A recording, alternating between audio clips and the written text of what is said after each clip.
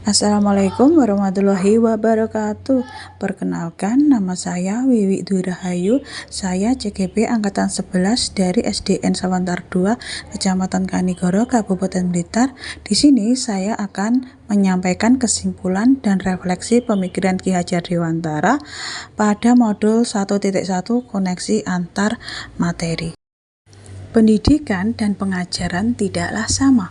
Pendidikan adalah bagian dari pengajaran. Sedangkan menurut Ki Hajar Dewantara, pengajaran adalah proses pendidikan dalam memberikan ilmu untuk kecakapan hidup anak secara lahir dan batin. Pendidikan pada hakikatnya adalah menuntun atau memberi tuntunan terhadap segala kekuatan kodrat yang dimiliki oleh anak agar ia mencapai keselamatan dan kebahagiaan yang setinggi-tingginya, baik sebagai manusia maupun sebagai anggota masyarakat.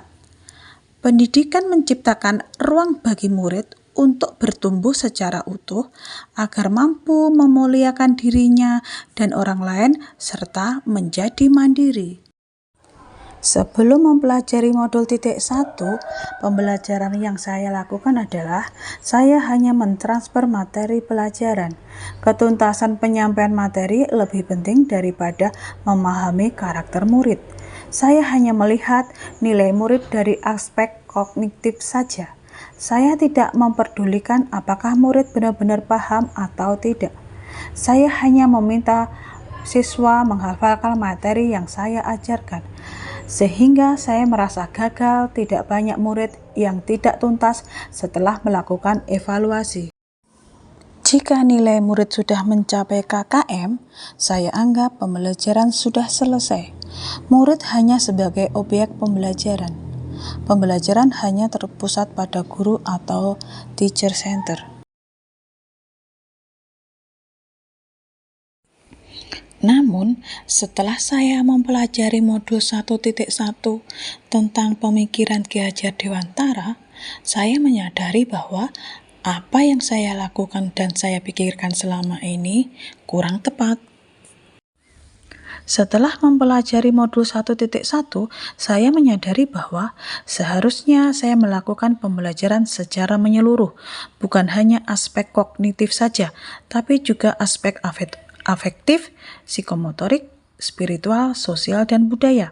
Murid sebagai subjek pembelajaran artinya murid mempunyai kebebasan untuk berekspresi, mengemukakan pendapat, berkreasi dengan metode pembelajaran yang tepat.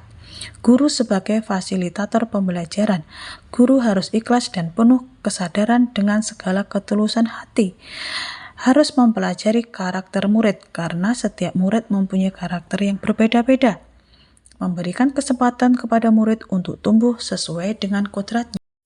Sehingga saya dapat segera menerapkan pembelajaran di kelas dengan cara merancang pembelajaran yang interaktif dan menyenangkan yang melibatkan murid sesuai dengan metode student center, menerapkan pembelajaran abad 21 sesuai dengan pemikiran Ki Hajar Dewantara dengan cara berpikir kritis, kreatif, komunikatif, dan kolaborasi.